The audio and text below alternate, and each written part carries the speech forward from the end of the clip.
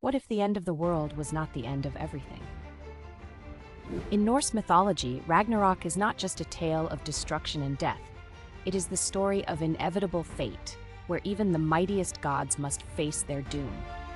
Unlike many other mythological figures, the Norse gods are not truly immortal. They possess immense power, but they are not beyond the reach of destiny. From the moment they rise to power, they are haunted by the knowledge that their end will come, and nothing they do can prevent it. Ragnarok is the apocalyptic battle where the forces of chaos, giants, monsters, and even former allies rise against the gods who have long struggled to maintain order in the universe. But why must the gods, symbols of strength and wisdom, face such a grim fate? Ragnarok is more than just a final battle. It's a profound reflection on the cyclical nature of life. The gods fight valiantly, knowing they will fall, but their deaths are not the true end. Through the destruction of the old world, a new one will be born, offering hope for renewal. This tale forces us to confront the reality that even in myth, no force, no matter how powerful, can escape the pull of time and fate. As we unravel the deeper meaning behind Ragnarok, we uncover a story not only of death, but also of rebirth, where from the ashes of chaos, life begins anew.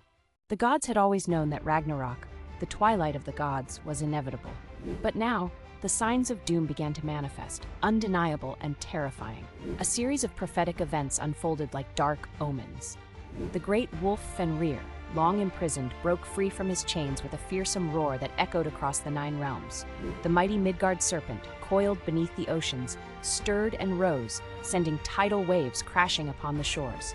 Even the sky, once bright and filled with the light of the gods, darkened as chaos began to spread like wildfire, unraveling the fabric of the world.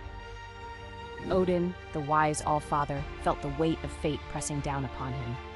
He knew his end was near, yet he clung to a desperate hope that he could somehow delay the apocalypse. In his search for answers, he turned to the ancient Cirrus, a keeper of knowledge long hidden from the world. But her vision offered no salvation, only a grim and unchangeable future, where the gods would fall and the world would be consumed by fire and chaos. These were not just omens, they were the final warning. The gods, despite their immense power, were bound by the same fate as all living things. This battle was not one they could win. It was a battle for honor, for courage, and the end of an era. The time of reckoning had come, and the gods, knowing their doom, marched toward their final confrontation. As the ominous signs of Ragnarok loomed, the enemies of the gods began to assemble in a final, deadly alliance. Loki, once a trusted companion of the gods, had fully embraced his role as a traitor. Now he stood at the head of a fearsome coalition of chaos, uniting the terrifying giants with two of the most powerful creatures in existence, the monstrous wolf Fenrir and the colossal Midgard serpent. Their goal was clear: to bring about the total destruction of the world, wiping away everything the gods had fought to protect. This wasn't a simple rebellion or an ordinary battle. It was the ultimate confrontation between order and chaos, where the fate of the universe itself hung by a thread. On the side of the gods, Odin, Thor, Freyr, and their mighty kin readied themselves for a battle unlike any they had faced before. This was not just about physical strength, but about cosmic forces colliding, forces that had shaped the world since its creation. With each god knowing their fate was written, the tension grew unbearable as they prepared to face their inevitable end. The battlefield, stretching across the realms, was set for a cataclysmic clash, where gods and giants, monsters and men would meet their doom. As both sides stood on the brink of annihilation, one thing was certain: the world as they knew it would never be the same. The battle erupted with a deafening roar, as chaos engulfed the realms and the gods faced their greatest enemies in the climactic struggle of Ragnarok. Leading the charge was Odin, the all-seeing, all-powerful All-Father, who knew all too well that his fate had long been sealed. Standing before him was Fenrir, the colossal wolf destined to devour him, a beast as fierce as destiny itself. Odin, despite his unmatched wisdom and the countless victories of his past, fought valiantly with every ounce of strength and cunning. Yet, the weight of prophecy could not be avoided. As Fenrir's jaws closed around him, Odin fell, and with his death, the greatest of the gods was lost. Meanwhile, on another battlefield, Thor, the mighty god of thunder, faced his own nemesis, the fearsome Midgard serpent. Their clash shook the very foundations of the earth, a brutal contest between raw power and inevitable doom. Thor, wielding Mjolnir, fought with legendary strength and courage. He struck down the serpent, but not before its deadly venom seeped into his veins. The great thunder god, victorious yet poisoned, collapsed to the ground, taking his final breath. Even Thor, the mightiest of warriors, could not escape his fate. The deaths of Odin and Thor marked the end of an era, a symbol that no god, no matter how powerful, could defy the inexorable march of destiny. But the battle was not over. Ragnarok had more yet to unfold. As the battle intensified, the gods, once mighty and revered, began to fall, their fate sealed by the unstoppable tide of Ragnarok.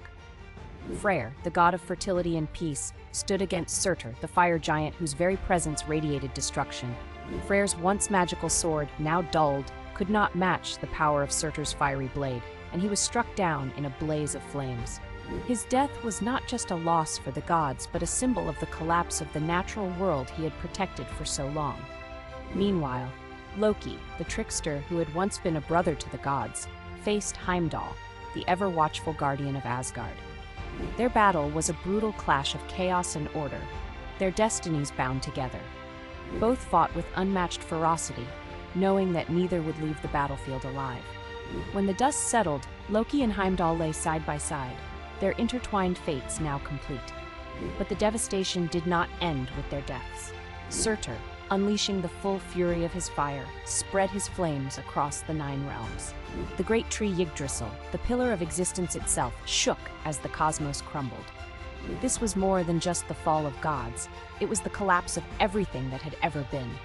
Ragnarok's fiery cataclysm consumed the world, leaving nothing but smoke, ash, and the distant hope of rebirth. In the climax of Ragnarok, the world as it was known met its fiery end.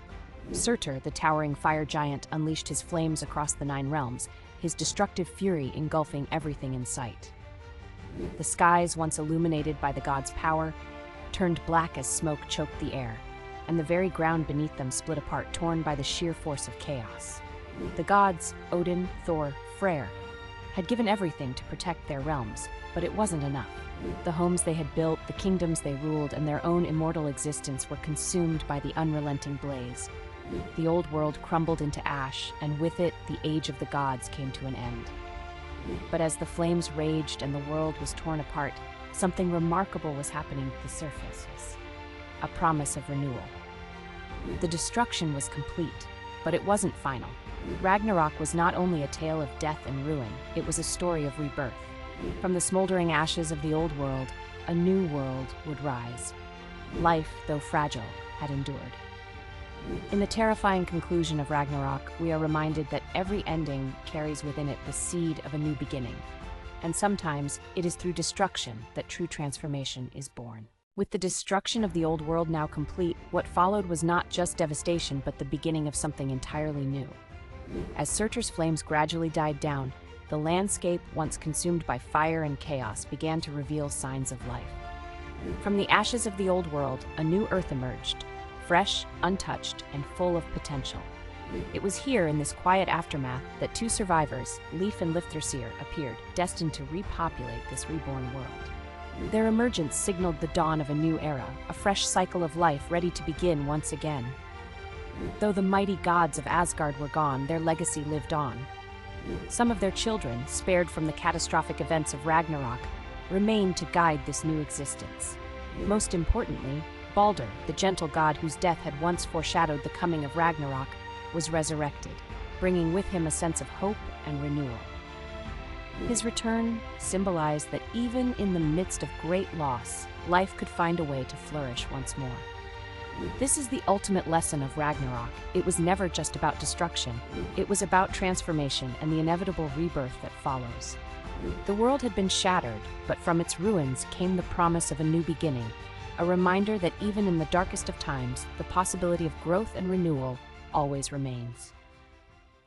The story of Ragnarok is far more than just a tale of apocalyptic destruction.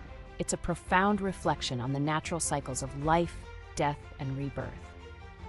In the world of Norse mythology, even the gods, with all their might and power, are not immune to the inevitable forces of fate.